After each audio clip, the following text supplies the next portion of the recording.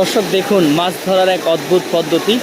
জাল শুধু উপরে ধরে রাখছে এবং মাছ কিন্তু নিজেই লাফ দিয়ে এসে জালে পড়ছে। দেখুন, এই অল্প কয়েক মিনিটে কতগুলো মাছ ধরা হয়েছে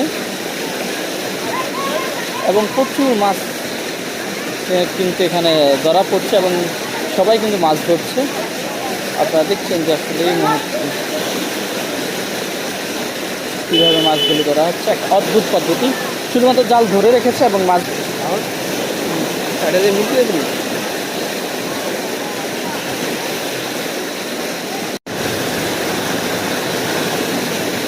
দর্শক দেখুন মাছ কীরকম লাফাচ্ছে এবং